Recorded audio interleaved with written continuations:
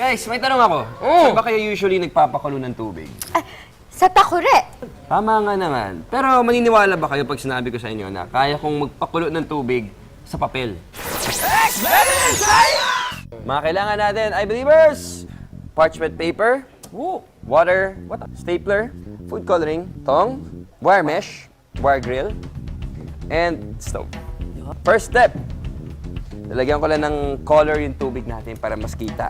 Lagyan ko ng kulay blue, syempre. Okay? And then dito, ito yung importante, parchment paper. Parchment paper. Pa-fold natin siya into how many parts? Para ganito. Yung stapler natin para mag-hold siya. Para ganito, magiging itsura niya. Tada! Lagyan natin ng tubig ang ating paper. Careful. Yes, mag-ingat. I believers. Sige. Ay, taga lang, wala pa. Init ako yun, James. Amoy. Oh, parang kumukulo na siya. Pulo na ba? Oo.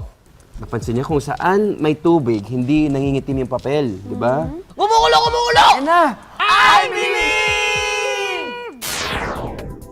Bago na-discover ang iron o bronze, nagpapakulo na ng tubig ang tao gamit ang malalaking dahon na korteng tasa o bowl. Nagagawa ito sa pamamagitan ng proseso ng conduction, kung saan nalilipat ang init ng lalagyan papunta sa tubig.